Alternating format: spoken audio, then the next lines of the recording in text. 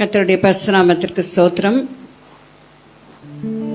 அவருடைய கிருபையினாலே நாம் ஆலயத்திற்குள் பிரவேசித்து இங்க வந்து நாம் அமர்ந்திருக்கிறோம். அது முற்றிலுமாய் அவருடைய கிருபை, சுத்த கிருபை. நம்முடைய ஆத்துமா கர்த்தருக்கு காத்திருக்கிறது. அவரே நமக்கு துணையும் நமக்கு கேடகமானவர். அவருடைய பரிசுத்த நாமத்தை நாம் நம்பி இருக்கிறபடினால் நம்முடைய இருதயம் அவருக்குள் களிகூரும். கர்த்தாவே, நாங்கள் உம்மை நம்பியிருக்கிறபடியே உமது கிருபை எங்கள் மேல் இருப்பதாக. கர்த்தாவே, நாங்கள் உம்மை நம்பியிருக்கிறபடியே உமது கிருபை எங்கள் மேல் இருப்பதாக என்று தாவீது ஜெபித்தது போல இன்றைக்கு நாமும் அவருடைய கிருபைக்காய் நாம் இங்கு கூடி வந்து நிற்கிறோம். கிருபையாலே நாம் ஆலயத்திற்குள்ளே பிரவேசித்திருக்கிறோம். தேவனே, உமக்கு நன்றி என்று சொல்லி நம்முடைய சிந்தனைகள் எல்லாவற்றையும் ஒருமுகப்படுத்துவோம். நாம் இந்த சூழ்நிலைகள், பல சூழ்நிலைகளிலிருந்து நாம் இங்கே வந்து உட்கார்ந்திருக்கிறோம். அநேக காரியங்கள் நம்மை துக்கப்படுத்தி துன்பப்படுத்தி கொண்டிருந்திருக்கலாம். ஆனால் ஆலயத்திற்குள் வந்த பிறகு நம்மை முற்றிலுமாய் தேவனிடத்திலே ஒப்பு கொடுத்து நம்முடைய இருதயங்களை ஒப்பு கொடுத்து, தேவனே, என்னுடைய சிந்தனைகளை ஒருமுகப்படுத்தும், என் சிந்தனைகள் சிதற விடாதபடிக்கு நீர் எங்களை பாதுகாத்துக் கொள்ளும் என்று சொல்லி முற்றிலுமாய் நம்மை தாழ்த்தி அவருடைய கரத்திற்குள் ஒப்பு கொடுப்போம். அதே போல ஒருமனப்பாட்டின் ஆவிக்காக நாம் கேட்போம். தேவனே, ஒருமனப்பாட்டின் ஆவி நமக்குள்ளாக இருக்கத்தக்கதாய் எங்களுக்கு கிருபை செய்தலும் அப்பா என்று சொல்லி நாம் கேட்போம். நம்மை முற்றிலுமாய் ஒப்பு கொடுத்து நாம் ஜெபிக்கும் பொழுது இந்த ஆராதனை சுகந்த வாசனையாய் அவர் முகர்ந்து அதை அங்கீகரிப்பார். ஆகவே நம்மை தாழ்த்தி ஒப்பு கொடுப்போம். பரிசுத்த ஆவியானவர் நம் மத்தியிலே அசைவாடி கொண்டிருக்கிறார். அந்த பரிசுத்த ஆவியானவரை இந்த நேரத்திலே வரவேற்போம். ஒவ்வொரு பகுதியிலும் தேவன் மகிமைப்படும்படியாய், தேவனே, நான் அதற்கு இடையோராக இல்லாதபடிக்கு என்னை தாழ்த்தி ஒப்பு கொடுக்கிறேன் என்று முற்றிலுமாய் தாழ்த்தி ஒப்பு கொடுப்போம். ஸ்தோத்திரம், ஸ்தோத்திரம். ஹல்லேலூயா, ஹல்லேலூயா, ஆமென். முடிந்தவர்கள் அப்படியே எழும்பி நின்று கொஞ்ச நேரம் தேவனை ஆராதிப்போமா? முடிந்தவர்கள் மாத்திரம் ஹல்லேலூயா. கண்களை மூடி தேவனை உயர்த்துவோம். அவர் சர்வ வல்லமை உள்ள தேவன். அவரால் செய்யக்கூடாத ஒரு அதிசயமான காரியம் என்று ஒன்றுமே இல்லை. இந்த காலை வேளையில அநேக கேள்விகளோடு, அநேக எதிர்பார்ப்புகளோடு நீங்க வந்திருக்கலாம். கர்த்தர் இன்னைக்கு கொடுக்கிற வாக்கு தத்துவம் என்னன்னா, கர்த்தர் எனக்காக யாவையும் செய்து முடிப்பார். என்ன காரியமா வந்திருக்கீங்கன்னு எனக்கு தெரியாது, ஆனா அவர் சமூகத்துல எல்லாம் பார்த்து கொள்ளப்படும். எந்த காரியத்துக்காக தேவ சமூகத்துல கண்ணீரோடு நீங்க வந்திருக்கீங்களோ அந்த காரியத்தை கர்த்தர் ஜெயமாய் மாற்றுவார். பசியாய் வந்தவர்களை வெறுமையாய் அனுப்புகிற தேவன் அல்ல அவர். பரிசுத்த ஸ்தலத்தில் உம்மை பார்க்க ஆசையாய் இருந்து உமது வல்லமையும் உமது மகிமையும் கண்டேன். இது வெறும் தாவீதின் சாட்சியாய் மாத்திரமல்ல, இந்த காலை வேளையில தேவனை ஆராதித்துக் கொண்டிருக்கிற நம்மளுடைய வாழ்க்கையில ஒவ்வொருவரின் சாட்சியாய் மாறப்போது நம்புறவங்க எங்களோட சேர்ந்து தேவரின் நீர் சகலமும் செய்ய வல்லவர். தேவனே, உமக்குப்பான தேவன் யார்? தேவரின் நீர் சகலமும் செய்ய வல்லவர். தேவனே, உமக்குப்பான தேவன் யார்? நீ செய்ய நினைத்தது நிறைவேறும், நீ செய்வதை தடுப்பவன் யார்? நீ செய்ய நினைத்தது நிறைவேறும், நீ செய்வதை தடுப்பவன் யார்? தேவரே, நீ சகலமும் செய்ய வல்லவர். தேவனே, உமக்குப்பான தேவன் யார்? தரிசனம் தந்தவர் நீர் அல்லவோ, தவறாமல் நிறைவேற்றி முடிப்பீரே. சவால்கள் என்றும்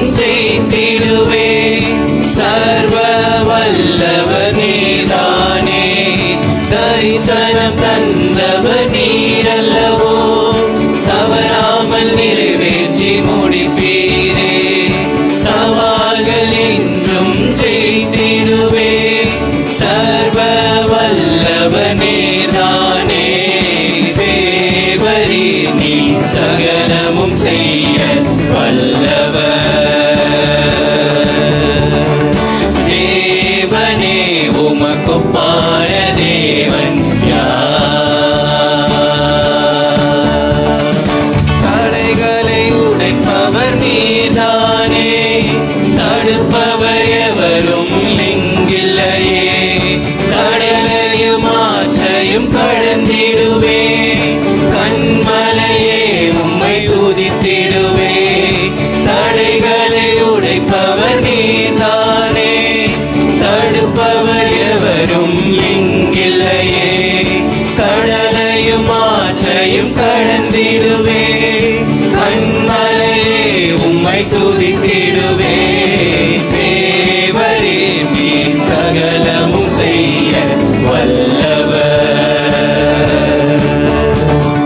தேவனே உமக்கொப்பான தேவன் யார்? உமக்கொப்பானவர் யார்? உமக்கொப்பானவர் யார்? உமக்கொப்பானவர் யார்? உமக்கொப்பானவர் யார்? வானத்திலும் பூமியிலும் உமக்கொப்பானவர் யார்? இந்த வானத்திலும் பூமியிலும் உமக்கொப்பானவர் யார்? நீ செய்ய நினைத்தது நிறைவேறும், நீ செய்வதை தடுப்பவன் யார்? நீ செய்ய நினைத்தது நிறைவேறும், நீ செய்வதை தடுப்பவன் யார்? தேவரே நீ சகலமும் செய்ய வல்லவர். தேவனே உமக்கொப்பான தேவன் யார்? நீ செய்ய நினைத்தது நிறைவேறும், நீ செய்வதை தடுப்பவன் யார்? நீ செய்ய நினைத்தது நிறைவேறும், நீ செய்வதை தடுப்பவன் யார்? தேவரே நீ சகலமும் செய்ய வல்லவர். தேவனே உமக்கொப்பான தேவன் யார்? கரங்களை நல்லா தட்டி சர்வ வல்லமையுள்ள தேவனுக்கு ஹல்லேலூயா. தேவன் ஒரு விசை சொல்லியிருக்கிற காரியத்தை இரண்டாம் விசை பார்த்து திருத்துகிறவர் அல்ல. இந்த காலை வேளையில கர்த்தர் நம்மை பார்த்து சொல்லுகிறார், எந்த காரியத்தை குறித்து நீங்க கலங்கி கொண்டிருக்கிறீங்களோ கர்த்தர் எனக்காக யாவையும் செய்து முடிப்பார். அது என்னுடைய குடும்ப காரியமா இருக்கலாம், வேலை காரியமா இருக்கலாம், பிள்ளைகளை குறித்த காரியமா இருக்கலாம், திருமண காரியமா இருக்கலாம், சுகவீனமா இருக்கலாம், பலவீனமா இருக்கலாம். கர்த்தர் சமூகத்தில் எல்லாம் பார்த்து கொள்ளப்படுவேன், எனக்காக யாவையும் செய்து முடிப்பார். சூரியனும் சந்திரனும் நட்சத்திரங்களும் தன்னை வணங்கும்னு சொல்லி யோசேப்புக்கு கண்ட தரிசனம் பெருசு. ஆனா யோசேப்பு இருந்த இடமோ எப்படி பாத்தீங்கன்னா, அந்நிய தேசத்துல இந்த சந்திரன் சூரியன் நட்சத்திரத்தை பார்க்க கூட இயலாத அளவுக்கு ஒரு சிறையில் அடைக்கப்பட்டிருக்கிறார். இம்பாசிபிள், மனுஷனால் கூடாததுதான். கர்த்தருடைய வசனம் வார்த்தை சொல்லுகிறது, கர்த்தர் யோசேப்போட கூட இருந்தார். கர்த்தர் யோசேப்போட கூட இருந்தார். நான் கைவிடப்பட்டவன் அல்ல, என்னோடு கூட எனக்கா யுத்தம் செய்கிற தேவன் என்னோடு கூட இருக்கிறார். நான் தண்ணீரை கடக்கும் போதும் சரி, ஆறுகளை கடக்கும் போதும் சரி, அக்கினியில் நடக்கும் போதும் சரி, என்னோடு கூட என் தேவன் இருக்கிறார். அவர் எனக்கு முன்பாய் சென்று கோணலானவைகளை செவ்வையாக்குகிற தேவன். எனக்கா யுத்தம் செய்யும்படிக்கு யுத்தத்தில் சிறந்தவர் என் முன்னே போகிறார். தடைகளை உடைப்பவர் நீதானே, தடுப்பவர் எவரும் இங்கில்லையே. கடலையும் ஆற்றையும் கடந்திடுவே, கண்மலையே உம்மை துதித்திடுவே. தடைகளை உடைப்பவர் நீதானே, தடுப்பவர் எவரும் இங்கில்லையே. கடலையும் ஆற்றையும் கடந்திடுவே, கண்மலையே உம்மை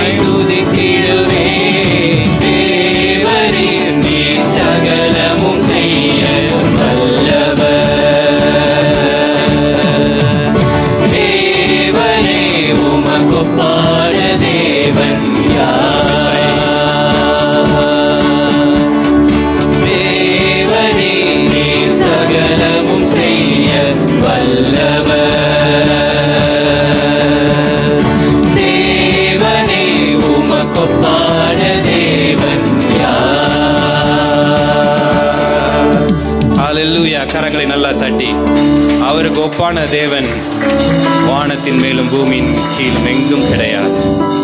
அவர் செய்ய நினைத்தது ஒருபோதும் தடைபடாது. அவர் செய்வதை தடுப்பவனும் ஒருவனும் இல்லை. அவர் செய்யணும்னு நினைக்கிறத தடுக்கிறதுக்கும் யாருக்கும் அதிகாரம் கிடையாது. அவரின் ஜெபங்களை மறக்காதவர், என் கண்ணீரை மறக்காதவர், அவரின் அழுகையை மறக்கல. நான் கிறிஸ்துவுக்காக கொண்ட சகிப்பை அவர் மறக்கல. எனக்காக யாவையும் செய்து முடிக்கும்படி அவர் என்னோடு கூடவே இருக்கிறார். என் அலைச்சல்களை அவர் அறிந்திருக்கிறார். என் கண்ணீர் அவருடைய துருத்தியில் இருக்கிறது. அவர் என்னை மறக்கல. அவர் என்னை மறக்கல. நாட்கள் கடந்து செல்ல செல்ல ஒருவேளை ஒரு கேள்வி உங்க இதயத்தில் எழும்பிக் கொண்டு இருக்கலாம். என் கண்ணீர்லாம் வேஸ்டா போச்சு ஆண்டவரே, என் ஜெபம் வேஸ்டா போச்சு அப்பா, உடைய சமூகத்துல நான் காத்திருந்த நேரம் எல்லாம் வேஸ்டா போச்சான்னு சொல்லி ஒருவேளை ஒரு கேள்வி உங்க இருதயத்தில் இந்த காலை வேளையில எழும்பிக் கொண்டு இருக்கலாம். உமக்காய் நான் எத்தனையோ சகித்தேனே ஆண்டவரே, எத்தனை நிந்தைகள், எத்தனை அவமானங்கள். ஒருவேளை பேச வேண்டிய இடத்துல நான் பேசி இருக்கணுமோ, ஒருவேளை இந்த உலகத்தில் உலகம் எனக்கு கொடுத்த அட்வைஸின் படி நானும் அந்த காரியங்களை செஞ்சிருக்கணுமோன்னு சொல்லி கூட சில கேள்விகள் எழும்பிக் கொண்டிருக்கேன். நெடுநாளா என்னுடைய சமூகத்துல காத்திருக்கிறேன் ஆண்டவரே, ஒண்ணுமே மாறலையேன்னு சொல்லி கலங்கி நிற்கிற உள்ளங்களுக்கு கர்த்தர் இந்த காலை வேளையில சொல்லுகிறார், இஸ்ரவேலே, நான் உன்னில் மகிமைப்படுவேன், நான் உன்னில் மகிமைப்படுவேன். நீ என்னுடைய தாசன், நீ என்னால் மறக்கப்படுவதில்லை. தரிசனம் தந்தவர் மறவார், தாங்கியே நடத்திட மறவார். தரிசனம் தந்தவர் மறவார், தாங்கியே நடத்திட மறவார். எப்பக்கம் நெருக்கங்கள் உன்னை சூழ்ந்திட்டாலும் எலியாவின் தேவன் உன்னை மறவார். எப்பக்கம் நெருக்கங்கள் உன்னை சூழ்ந்திட்டாலும் எலியாவின் தேவன் உன்னை மறவார். எலியாவின் தேவன் உன்னை மறவார். மறவார், இயேசு மறவார். உன்னை ஒரு இமை பொழுதிலும் மறவார். மறவார், இயேசு மறவார். உன்னை உருவாக்கிய இயேசு மறவார். தரிசனம் தந்தவர் மறவார், தாங்கியே நடத்திட மறவார். தரிசனம் தந்தவர் மறவார், வார்த்தை வெறுமையாய் நடத்திட மறவார். எப்பக்கம் நெருக்கங்கள் உன்னை சூழ்ந்திட்டாலும் எலியாவின் தேவன் உன்னை மறவார். எப்பக்கம் நெருக்கங்கள் உன்னை சூழ்ந்திட்டாலும் எலியாவின் தேவன் உன்னை மறவார். எலியாவின் தேவன் உன்னை மறவார். மறவார், இயேசு மறவார். உன்னை ஒரு இமை பொழுதிலும் மறவார். உள்ளங்கைகளில் மறவார், இயேசு மறவார். உன்னை உருவாக்கின இயேசு மறவார். வாக்கு தத்தம் தந்தவர் மறவார். வழிகாட்டி நடத்திய மறவார். வாக்கு தத்தம் தந்தவர் மறவார். வழிகாட்டி நடத்திய மறவார்.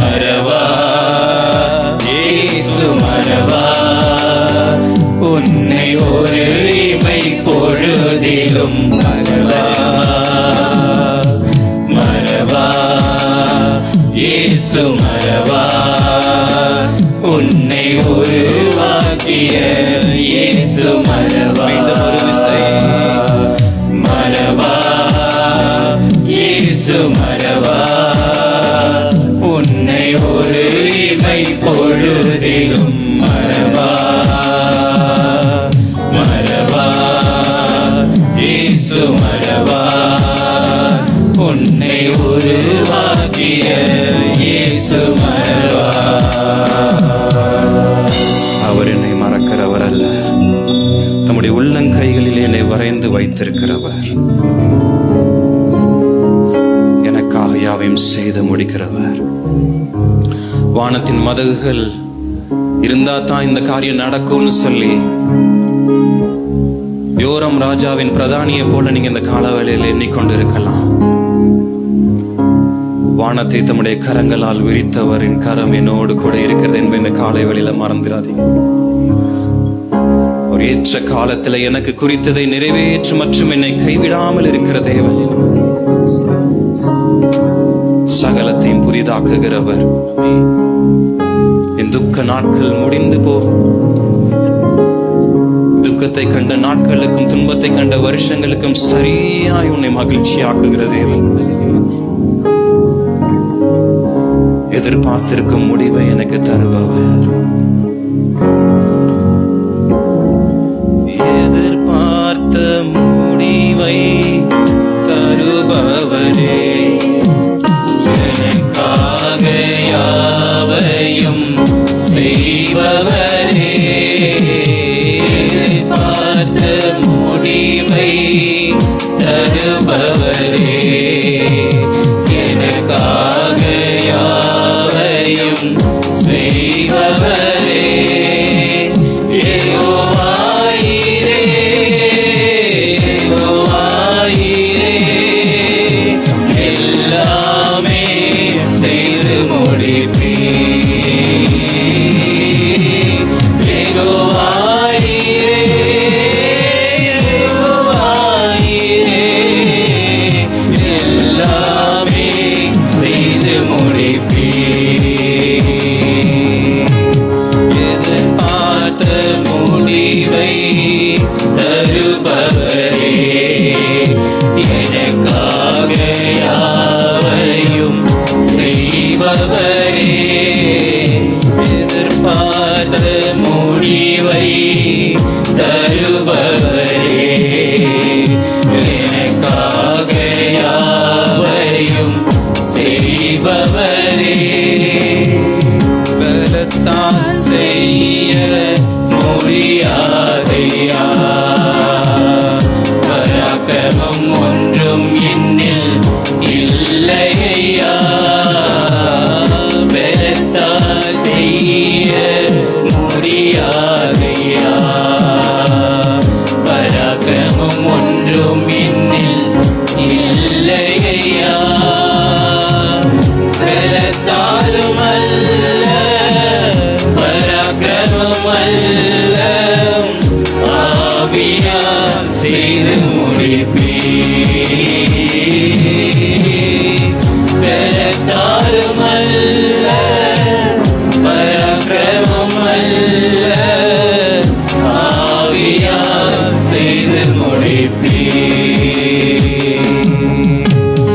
எதிர்பார்த்த முடிவை தருபவரே, எனக்காக யாவையும் செய்பவரே, எதிர்பார்த்த முடிவை தருபவரே, எனக்காக யாவையும் செய்பவரே,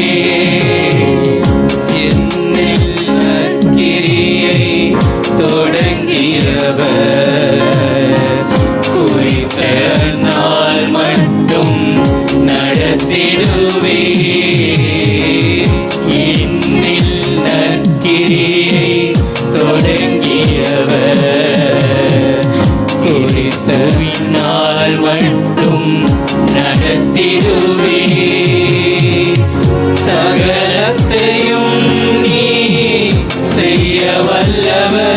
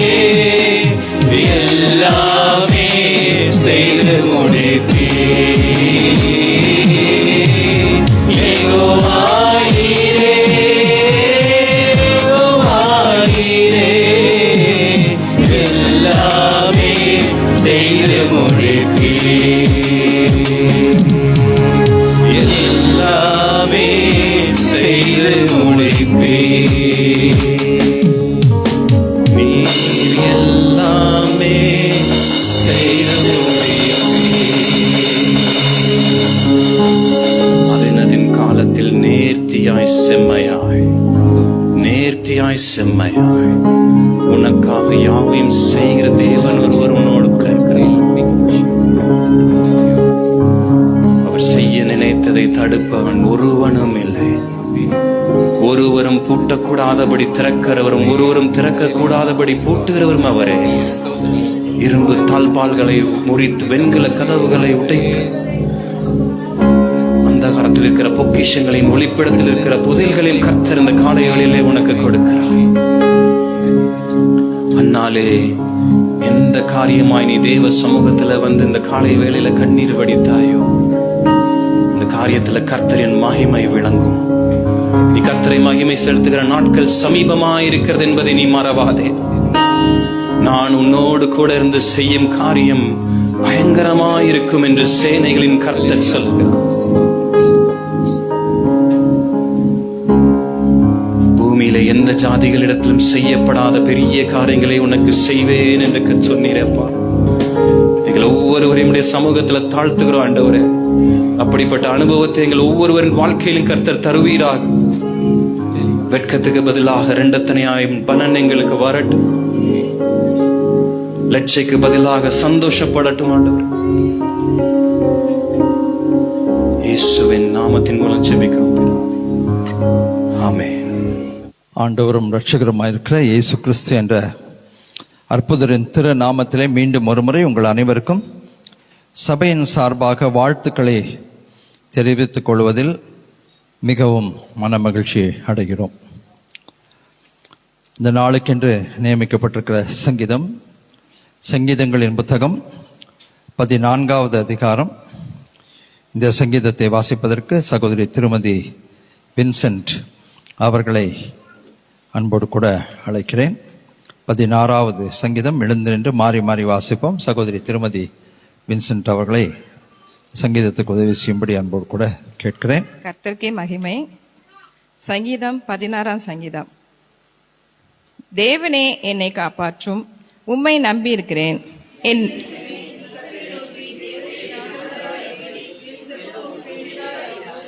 பூமியில் உள்ள பரிசுத்தவான்களுக்கும் நான் என் முழு பிரியத்தையும் வைத்திருக்கிற மகாத்மாக்களுக்கும் அது வேண்டியதா இருக்கிறது என்று சொன்னாய்.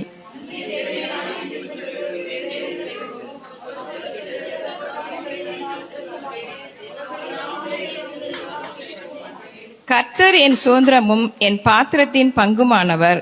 என் சுதந்திரத்தை தேவரீர் காப்பாற்றுகிறீர்.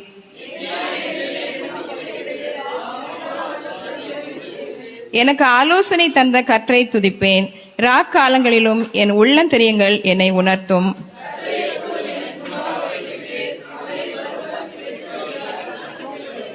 ஆகையால் என் இருதயம் பூரித்தது, என் மகிமை களி கூர்ந்தது, என் மாம்சமும் நம்பிக்கையோடே தங்கியிருக்கும்.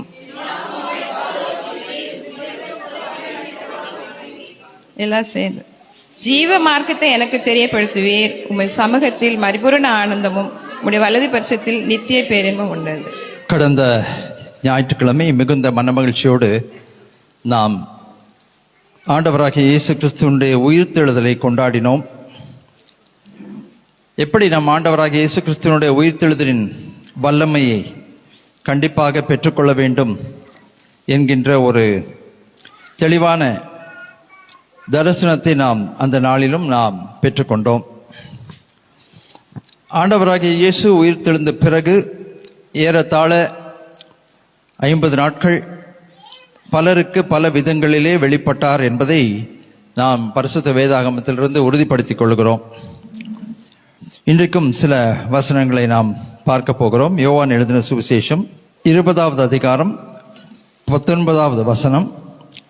யோவான் எழுதின சுவிசேஷம் 20வது அதிகாரம் 19வது வசனத்திலிருந்து நம்ம எல்லாரும் சேர்ந்து ஒன்றாயிரம் வாசிப்போம். John chapter 20 verse 19 onwards. யோவான் 20:19. வாரத்தின் முதல் நாளாகிய அன்றைய தினமே சாயங்கால வேளையில் சீஷர்கள் கூடியிருந்த இடத்தில் யூதர்களுக்கு பயந்ததினால் கதவுகள் பூட்டப்பட்டிருக்கையில் இயேசு வந்து நின்று, உங்களுக்கு சமாதானம் என்றார்.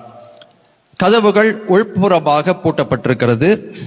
ஏனென்றால் சீஷர்கள் யூதர்களுக்கு பயந்தார்கள். என்ன நடக்குமோ தெரியலையே, நம்முடைய ரபி போதகராகிய அந்த இயேசுவை இப்பொழுது சிலுவையிலே அறைந்து விட்டார்கள். இனி நமக்கு என்ன நடக்கும் என்று தெரியாது. நம்மையும் இப்படி பிடித்து சிலுவையிலே அறைவதற்கு ஒப்புக் கொடுப்பார்களோ என்று சொல்லி பயந்து வேறு எங்கும் போக துணியாமல் அவர்கள் ஒரு வீட்டிலே கதவுகளை மூடி உள்ளே இருக்கிறதை நாம் பார்க்க முடிகிறது. ஆனால் அந்த பூட்டப்பட்ட கதவுகளுக்கு நடுவிலும் கூட இயேசு உள்ளே வந்து உங்களுக்கு சமாதானம் என்று சொல்லுகிறதை நாம் பார்க்க முடிகிறது. நம்முடைய வாழ்க்கையிலும் அநேக வேளைகளிலே உள்புறமாக நாம் நம்மை பூட்டிக் கொள்ளுகிறோம். நிறைய பேர் தங்கள் வாழ்க்கையில நிறைய அடிப்பட்ட பிறகு தீர்மானம் பண்ணுகிறது என்ன தெரியுமா? இனி நான் என் வாழ்க்கையை நான் வாழப் போகிறேன், யாரோடும் நான் இடைப்பட போகிறதில்லை, யாருக்கும் என்னுடைய வாழ்க்கையை திறந்து கொடுக்க போகிறதில்லை, யாருடைய பிரச்சனைக்கும் நான் போக போறதில்லை, என் வாழ்க்கையை நான் வாழ்ந்து கொண்டிருக்கிறேன். அது தன்னலம் அல்ல, அது ஒரு பாதுகாப்பின் வட்டம். அப்படி நிறைய பேர் வாழ்க்கையில பல விதங்கள்ல பல நேரங்கள் அடிப்படும் போது தெளிவான ஒரு தீர்மானத்துக்குள்ள வராங்க. நான் என் வாழ்க்கையை பார்த்து கொண்டு போய்கொண்டே இருப்பேன், யாருக்கிட்டையும் நானும் போக மாட்டேன், யாரும் என்கிட்ட வருகிறதுக்கும் அனுமதிக்க மாட்டேன், வட்டம் போட்டு வாழ்கிற ஒரு வாழ்க்கை என்று சொல்கிறோம். ஆனா அன்பார்ச்சுனேட்லி நம்ம ஆண்டவருடைய பிள்ளைகளாக இருக்கிற நாம் அப்படி ஒரு தன்னல வட்டம் போட்டு வாழ முடியாது.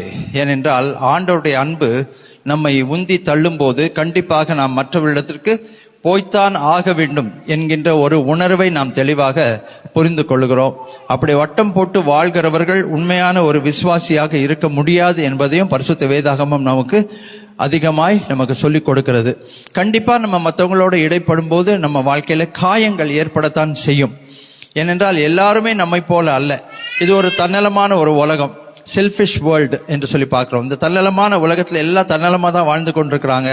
அவங்களுக்கு என்ன ஆதாயம் என்று பார்ப்பாங்க, நம்ம எப்படி பயன்படுத்தி கொள்ளலாம் என்று பார்ப்பாங்க. பயன்படுத்தி கொள்ளும் போது எல்லாமே நல்லா தான் இருக்கும்.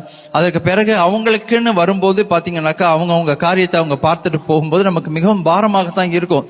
நான் இப்ப சொல்லும் போதே உங்களுக்கு உங்க வாழ்க்கையில நீங்க அடிப்பட்ட நேரங்கள், நீங்க அடிப்பட்ட சூழ்நிலைகள் எல்லாம் உங்களுக்கு கண்டிப்பா ஞாபகம் வரும். உங்களிடத்துல பழகினவர்கள், உங்க மேல அன்பு வைத்தவர்கள், உங்ககிட்ட நன்மை அனுபவித்தவர்கள், உங்களை ஏதோ ஒரு நேரத்துல மனசை புண்படுத்திட்டு கடந்து போனவங்க, ஏமாத்திட்டு போனவங்க, உங்களை மனதை துக்கப்படுத்தி விட்டு போனவங்க, எதிர்பாராத நேரத்துல எதிர்பாராத காரியங்களை செய்து உங்களை புண்படுத்தினவர்கள், அவங்களெல்லாம் கண்டிப்பா நமக்கு மனசுல ஞாபகம் வரும். அவங்களெல்லாம் யோசித்து பார்க்கும்போது வேண்டாம் போதும் என்ற எண்ணம் வருவது இயல்பு தான், அருமையான தேவஜனமே. ஆனால் பரிசுத்த வேதாகமத்தில் நம்ம என்ன பார்க்கிறோம்னாக்கா, அப்படிப்பட்ட பூட்டப்பட்ட கதவுகள் நமக்குள்ளே இருந்தாலும் அந்த பூட்டப்பட்ட கதவுகளுக்குள் இயேசு சொல்லுகிற முதல் வார்த்தை என்ன தெரியுமா? உங்களுக்கு சமாதானம். அவர் குற்றப்படுத்தல. என்ன இப்படி நீங்க உயிர்த்தெழுந்த ஆண்டவரை பார்த்த பிறகும் கூட நீங்க இப்படி கதவை பூட்டிட்டு உள்ள உட்கார்ந்துருக்கிறீங்களேன்னு சொல்லல. ஆனா அவர் சொன்ன வார்த்தை என்ன தெரியுமா? உங்களுக்கு சமாதானம். ஆண்டவர் அவருடைய சமாதானத்தை நமக்கு கொடுக்கிறதை இங்கே பார்க்க முடிகிறது. அது முதலாவது விஷயம். ரெண்டாவது நீங்க பாத்தீங்கன்னா 20வது வசனத்துல அவர் இப்படி சொல்லி தம்முடைய கைகளையும் விலாவையும் அவர்களுக்கு காண்பித்தார். சீஷர்கள் கர்த்தரை கண்டதினாலே சந்தோஷப்பட்டார்கள். உயிர்த்தெழுந்த ஆண்டவர் என்ன பண்றாருன்னா, முதலாவது சமாதான வாழ்த்துக்களை சொல்லுகிறார். இரண்டாவதாக அவர் வெளிப்படுத்துகிறார், தம்மை வெளிப்படுத்துகிறார் என்று சொல்லி பார்க்கிறோம். நம்மை வெளிப்படுத்துகிறதை பார்க்க முடிகிறது. அப்பொழுது அவர்கள் இயேசுவை கண்டதினாலே அவர்கள் சந்தோஷப்பட்டார்கள். ஏன்னா ரொம்ப பயந்துட்டு இருந்தாங்க. 3.5 வருஷங்களோட இருந்தாரு, எங்களுக்கு தலைவராய் இருந்தார், போதகராய் இருந்தார். அவருடைய தைரியத்துல தான் நாங்க போனோம். போன இடத்துல எல்லாம் எங்களுக்கு மரியாதை கிடைச்சது, போன இடத்துல எல்லாம் எங்களை கனம் பண்ணாங்க, போன இடத்துல எல்லாம் எங்களை உயர்வாய் மதித்தார்கள், முதல்ல உட்கார வச்சு சாப்பாடு போட்டாங்க. இப்ப அவர் போயிட்டாரு, அப்ப நான் எப்படிதான் நாங்க வாழ போறோம் என்ற அந்த பயம் கலக்கம் இருந்த போது உயிர்த்தெழுந்த இயேசு அவர்கள் கண்களுக்கு முன்பாக வெளிப்பட்ட போது அவர்கள் சந்தோஷப்பட்டார்கள் என்று கர்த்தருடைய வார்த்தை சொல்லுகிறது நம்ம இங்க பார்க்க முடிகிறது. அடுத்தது நீங்க பாத்தீங்கன்னாக்கா மூன்றாவது விஷயம் என்னன்னாக்கா, இயேசு மறுபடியும் அவர்களை நோக்கி உங்களுக்கு சமாதானம் உண்டாவதாக என்று சொல்லி, பிதா என்னை அனுப்பினது போல நானும் உங்களை அனுப்புகிறேன் என்று சொல்லி அவர்கள் மேல் ஊதி பரிசுத்த ஆவியாய் பெற்றுக்கொள்ளுங்கள் என்று சொல்லுகிறதை பார்க்க முடிகிறது. அப்படி உள்ளே கதவுகளை பூட்டிக் கொண்டிருந்த அந்த சீஷர்களை ஆண்டவர் என்ன செய்கிறார் என்றால், ஒரு பொறுப்பை கொடுத்து வெளியிலே அனுப்புகிறார். இதைதான் நான் உங்ககிட்ட சொன்னேன். ஒரு நல்ல விசுவாசி என்று சொன்னா நம்ம வீட்டுக்குள்ள முடங்கி உட்காரவே முடியாது. எவ்வளவுதான் வாழ்க்கையில நம்ம அடிபட்டிருந்தாலும் பாதிக்கப்பட்டிருந்தாலும் அதை எல்லாவற்றையும் ஆண்டவருடைய பாதத்திலே வைத்து விட்டு நமக்காக அடிபட்டு வதைப்பட்ட ஆண்டவருடைய நாமத்தின் நிமித்தம் நாம் மறுபடியும் வெளியில போய் தான் ஆகணும். 40 வருடங்கள் போதக ஊழியத்திலே நாங்கள் இருந்திருக்கிறோம். 40 years of pastoral ministry. எவ்வளவு துரோகங்களை நாங்கள் பார்த்திருக்கிறோம். எவ்வளவு நன்மை அனுபவித்தவர்கள் எங்களுக்கு விரோதமாய் பேசினதை நாங்கள் பார்த்திருக்கிறோம். எத்தனையோ எங்க கிட்ட வந்து வாழ்க்கையை கற்றுக்கொண்டவர்கள், வாழ கற்றுக்கொண்டவர்கள் எங்களுக்கு விரோதமா செயல்பட்டதை நாங்கள் பார்த்திருக்கிறோம். அதெல்லாம் நம்ம பார்த்தோம்னாக்கா கதவுகளை உள்ள பூட்டிட்டு தான் உட்காரணும்னு தோணும். போதும் என்று எண்ணம் வந்திருக்கிறது, இல்லாம இல்லை. ஆனா அருமையான தேவஜனமே, ஒவ்வொரு முறையும் இந்த பகுதியை வாசிக்கும் போது நாங்கள் ஊக்கம் பெற்றிருக்கிறோம். உபத்திரவங்கள், பாடுகள் எல்லாம் கர்த்தருடைய ஊழியத்துல உண்மையாகவே ஒரு பங்கு, இன்றியமையாத பங்கு. பரவாயில்ல, அதனால என்ன, நம்ம எந்த விதத்திலையும் குறைந்து போகல. ஆண்டவர் எந்த விதத்திலையும் நம்மளை கைவிடலை. மனுஷர் இப்படிதான் இருப்பாங்க, மனுஷருடைய குணாதிசயம் அப்படிதான் இருக்கும். நன்மை அனுபவிக்கும் போது கூட இருப்பாங்க, நன்மை அனுபவித்து முடிந்த பிறகு நன்றி மறந்து விடுவார்கள். இதெல்லாம் இயல்பு தானே. அதனால அதெல்லாம் பரவாயில்ல ஆண்டவருடைய நாமத்தில் என்று சொல்லி தொடர்ந்து ஊழியம் செய்வதற்கான கிருபைகளை நாங்கள் பெற்றிருக்கிறோம் என்று சொன்னால் அது மிகையாகாது. வாழ்க்கையில எங்களுடைய அனுபவம் எல்லாம், நான் ஒரு புஸ்தகம் எழுத போறேன். என்னுடைய வாழ்க்கையில நான் அனுபவித்த காரியங்களை எல்லாம் ஒரு புத்தகமாக வெளியிடுவதற்கு நான் எல்லாமே திரட்டி கொண்டிருக்கிறேன். அந்த புத்தகம் வரும்போது அந்த புத்தகம் அநேகருக்கு மிகவும் பிரயோஜனமா இருக்கும். கண்டிப்பா ரொம்ப ஆசீர்வாதமாக இருக்கும். இந்த ஊழிய பாதையில நிறைய காரியங்களை பார்த்துட்டோம், நிறைய மனுஷரை பார்த்துட்டோம், எவ்வளவோ அற்புதங்கள் நடந்திருக்கு. ஆனா நன்றி இல்லாமல், ஆண்டவருக்கு நன்றி இல்லாம போனதை நாங்க பார்த்திருக்கிறோம். அருமையான தேவஜனமே, உள் பக்கம் கதவை பூட்டி உள்ளே இருக்க நினைப்பது இயல்பு தான், அது தப்பு கிடையாது. அடிப்பட்ட பிறகு அப்படித்தான் தோணும். ஆனா நம்ம ஒரு நல்ல விசுவாசியா இருந்தா அப்படி செய்ய முடியாது. ஏனென்றால் இந்த இந்த இந்த கிறிஸ்தவ வாழ்க்கையில பாடுகள் என்பதும் உபத்திரவம் என்பதும் நமக்கு இன்றியமையாமல் கொடுக்கப்பட்டிருக்கிற ஆசீர்வாதங்களாய் இருக்கிறது. அதனால்தான் அப்போஸ்தலனாகிய பவுல் ரோமருக்கு எழுதின நிருபம் 8வது அதிகாரத்தில் என்ன சொல்றாருன்னா, அவரோடு கூட நாம் பாடுபட்டால் அவரோடு கூட நாம் மகிமையும் அடைவோம்.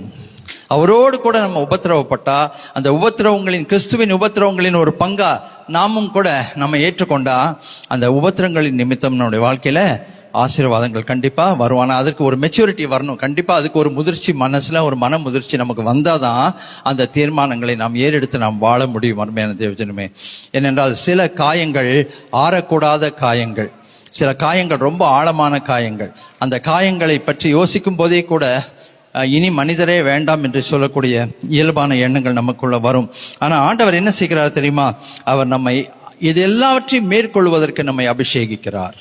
அங்க பார்த்தா பரிசுத்த ஆவியை ஊதி நீங்கள் அந்த பரிசுத்த ஆவியை பெற்றுக்கொள்ளுங்கள் என்று சொல்லிதான் அவர்களை வெளியிலே அனுப்புகிறார். சோ இங்க வந்து சமாதானத்தின் வாழ்த்து மட்டுமல்ல, அங்கே பரிசுத்த ஆவியானவருடைய ஒரு நிறைவை, ஒரு அபிஷேகத்தை, ஒரு ஆசீர்வாதத்தை அவர்கள் மீது ஊற்றுகிறார். என்ன, தனியா நம்மளால வாழ முடியாது, சரிங்களா? யாரும், எந்த ஒரு விசுவாசியுமே தனி பலத்துல, மனபலத்துல வாழ முடியாது. அதனால பரிசுத்தாவின் பலத்தை அவர்கள் மீது முதலாவது ஊதுகிறார். ஊதி பரிசுத்தாவியை நீங்கள் பெற்றுக்கொள்ளுங்கள் என்று சொல்லிவிட்டு தான் வெளியில் அனுப்புகிறதை நம்ம பார்க்க முடிகிறது. அங்கே ஒரு பொறுப்பை கொடுத்து அனுப்புகிறது. அது மட்டுமல்ல, அந்த பொறுப்பு மட்டுமல்ல, அந்த பொறுப்போடு இன்னொரு விஷயம் என்ன வருதுனாக்கா, 23வது வசனத்துல நீங்க பாத்தீங்கன்னா, எவர்களுடைய பாவங்களை மன்னிக்கிறீர்களோ அவைகள் அவர்களுக்கு மன்னிக்கப்படும், எவர்களுடைய பாவங்களை மன்னியாதிருக்கிறீர்களோ அவைகள் அவர்களுக்கு மன்னிக்கப்படாதிருக்கும் என்று சொல்லுகிற ஒரு அதிகாரத்தையும் அவர் கொடுக்கிறதை நம்ம பார்க்க முடிகிறது. அங்க அந்த வந்து வெறும் ஒரு அழைப்பு மட்டுமல்ல, ஒரு பொறுப்பு மட்டுமல்ல, அங்கே அதிகாரத்தையும் கொடுக்கிறதை நாம் பார்க்க முடிகிறது. ஓகே, சோ இது வந்து எல்லாம் தான் பாத்தீங்கன்னாக்கா அந்த aftermath of the resurrection, உயிர்த்தெழுதலுக்கு பிறகு நடக்கிற சம்பவங்கள். அப்புறம் இயேசு வந்திருந்த போது 24வது வசனம் வாசிப்போம். இயேசு வந்திருந்த போது 12 ஒருவனான திதிமு என்னப்பட்ட தோமா என்பவன் அவர்களோடு இருக்கவில்லை. என்ன காரணமோ தெரியாது, தோமா அங்க இல்ல, அவர் வெளியில போயிட்டாரு, குடும்ப காரியங்களை பார்க்க போனாரு, என்னமோ தெரியாது. மற்ற சீஷர்கள் கர்த்தரை கண்டோம் என்று அவனுடனே சொன்னார்கள்.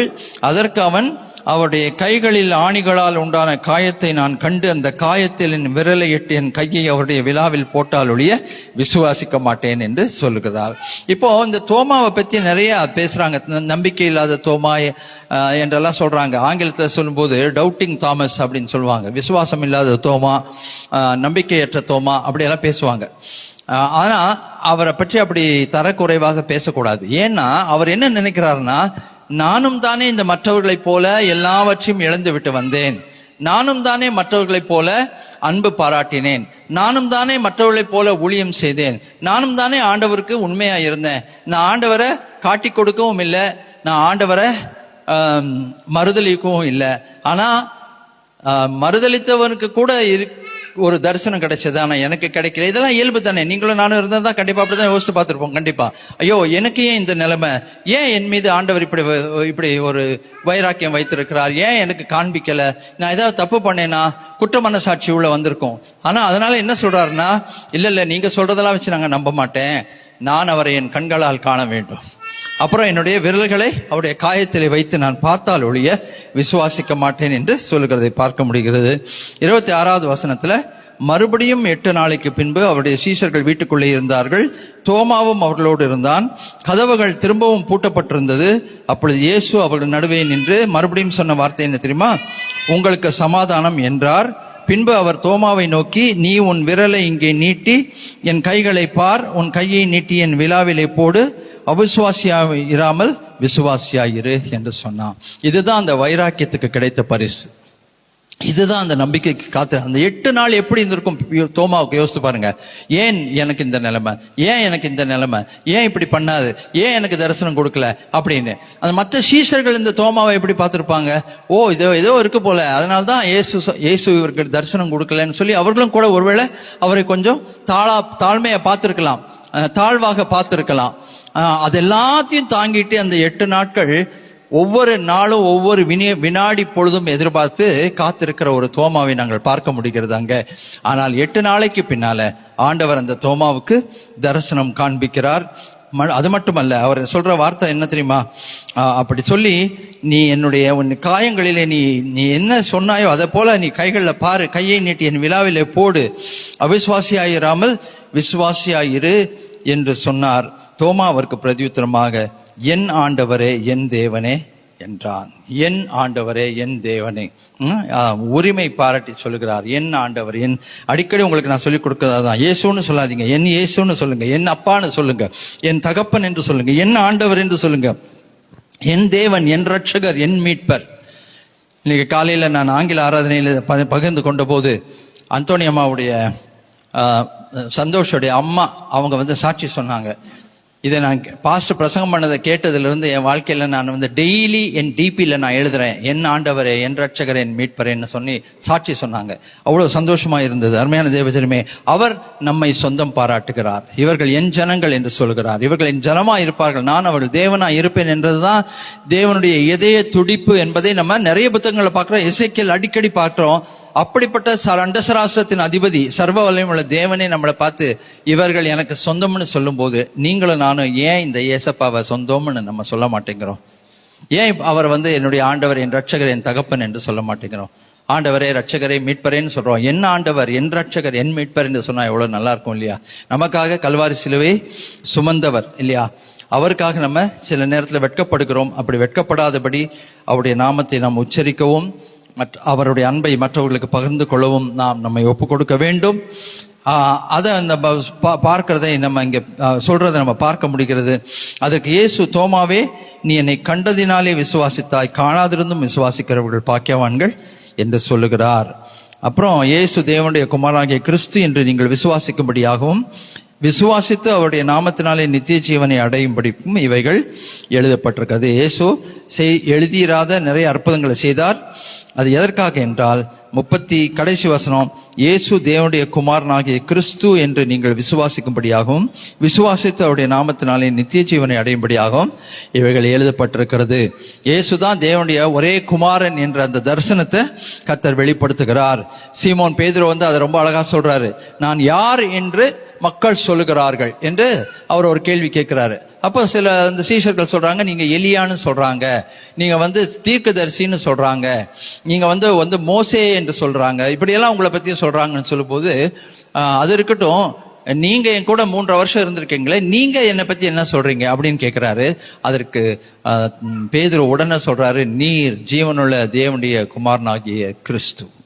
சொல்றமா, நீர் ஜீவனுள்ள தேவனுடைய குமாரனாகிய கிறிஸ்து.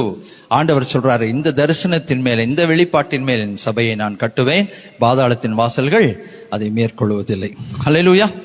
இயேசு தேவனுடைய குமாரனாகிய கிறிஸ்து என்று நீங்கள் விசுவாசிக்கும்படியாகவும் விசுவாசித்து அவருடைய நாமத்தினாலே நித்திய ஜீவனை அடையும்படியாகவும் இது எழுதியிருக்கிறது. நித்திய ஜீவனை கொடுக்கிறது யாரு?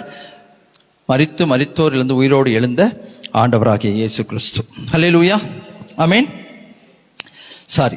அடுத்தது நீங்க பாத்தீங்கன்னா என்ன நடக்குதா, 21வது அதிகாரத்துல, இவர்களுக்கு பின்பு இயேசு திபேரியா கடற்கரையில் மறுபடியும் சீஷர்களுக்கு தம்மை வெளிப்படுத்தினார். வெளிப்படுத்தின விவரமானது, சீமோன் பேதுருவும் திதுமு எனப்பட்ட தோமாவும், அங்க தோமா இருக்காரு, கலிலேயா நாட்டில் உள்ள கானா ஊராகிய நாத்தான்வேல், செபதேயுவின் குமாரர், அவருடைய சீஷர்களை வேறு 2 பேர் கூடியிருந்த போது. அப்ப இந்த தோமா யாரு? இந்த தோமா வேற யாரும் இல்ல, நம்ம சொல்றோம் இல்லைங்களா, டவுட்டிங் தாமஸ், நம்பிக்கை இல்லாத தோமான்லாம் நம்ம அவரை பத்தி பேசுறோம் இல்லைங்களா. அவர் தான் அந்த வைராக்கியத்தோடு இந்த இந்திய தேசத்துக்கு வந்தாரு, இந்த சென்னை பட்டணத்துக்கு வந்தாரு, கேரளாக்கு வந்தாரு. அந்த முதல் நூற்றாண்டிலேயே, ஏடி ஃபர்ஸ்ட் செஞ்சுரியிலேயே பாத்தீங்கன்னா டிராவல் பண்றதுக்கெல்லாம் வசதிகள்லாம் இப்ப இருக்க மாதிரி கிடையாது. இப்போனா மொபைல் போன் எடுக்கலாம், ஃப்ளைட் டிக்கெட் புக் பண்ணலாம், அடுத்த நிமிஷம் போய். அப்போ அப்படி கிடையாது. ஆனா இந்த இந்திய தேசத்தை, இந்த கடினமான இந்த தேசத்தை தேடி வந்த தோமா, அவருக்கு நம்ம நன்றி உள்ளவர்களாக இருக்கணும். அவர் தான் ஆதி திருச்சபை இங்க ஸ்தாபித்தவர், ஊழியங்களை ஸ்தாபித்தவர். அவருக்கு நாம் நன்றி உள்ளவர்களா இருக்கணும். நம்ம ஆளுங்க அதுக்கு கைமாறு என்ன பண்ணாங்க, அவர் இந்த சென்னை பட்டணத்துல வைத்து கொலை செய்தார்கள். இன்னும் அவருடைய சரீரத்தின் அடக்கமான இடங்கள் இங்கே இருக்கு. அவர் ஊழியம் செய்த தாமஸ் மவுண்ட் இருக்கு, அவருடைய பேர்ல தான் இருக்கு. வேளாங்கண்ணி சர்ச்சுக்கு நீங்க வந்து போனீங்கன்னா, பெசன் நகர்ல இருக்க ரோமன் கத்தோலிக்க திருச்சபைக்கு நீங்க போனீங்கன்னாக்கா, பெசலிக்காக்கு நீங்க போனீங்கன்னா, அங்க பார்த்தா அவருடைய சரீரம் வைக்கப்பட்டிருக்கிற ஒரு அடையாளம் அங்கே வைக்கப்பட்டிருக்கிறது. நம்ம இந்திய தேசத்துல நமக்கு நன்மை செய்ய வந்தவங்களை அவங்க என்ன செஞ்சாங்க, நம்ம ஆளுங்க கொலை செஞ்சாங்க. அவருடைய இரத்தப்பழி இன்னும் நம்முடைய தேசத்தின் மேல் இருக்கிறது என்று சொன்னால் மிகையாகாது. அந்த தோமாவை பற்றி நம்ம அப்படி ரொம்ப மோசமா நம்ம பேசவே கூடாது. ஏனென்றால் அவர் செய்தது போல நம்ம ஒரு நாளும் செய்ய மாட்டோம். சரி, இப்போ இவங்க இந்த திபேரியா கடற்கரையில இருக்கிறார்கள். அப்போ சீமோன் பேதுரு மற்றவர்களை, 3வது வசனம், சீமோன் பேதுரு மற்றவர்களை நோக்கி, மீன் பிடிக்க போகிறேன் என்றான். அதற்கு அவர்கள், நாங்களும் உம்மோடு கூட வருகிறோம் என்றார்கள். அவர்கள் புறப்பட்டு உடனே படகில் ஏறினார்கள். அந்த ராத்திரியில ஒன்றுமே பிடிக்கவில்லை. நம்ம இதை பத்தி நம்ம நிறைய பார்த்திருக்கோம். நம்ம உயிரோடு எழுந்த ஆண்டவரை தரிசித்த பிறகும் கூட, சரி இனி என்ன, நான் மீன் பிடிக்க போறேன், இனி எல்லாம் முடிஞ்சு போச்சு, அவ்வளவுதான், அவர் போயிட்டாரு, இனி நான் பழைய தொழிலுக்கு போறேன்ற எண்ணம் பேதுருவுக்கு வருகிறது. உடனே மற்றவங்களும், அவங்க மீன் பிடிக்கிறவங்களோ இல்லையோ, மீனவர்களோ இல்லையோ, அவங்களும் என்ன சொல்றாங்க, எங்களுக்கும் இங்க தனியா இருக்கிறது பயமா இருக்கு, நாங்களும் உங்க கூட வரோம். கடலுக்குள்ள போயிட்டா யாரும் நம்மளை பிடிக்க மாட்டாங்க, கரையில இருந்தாதான் பிரச்சனை.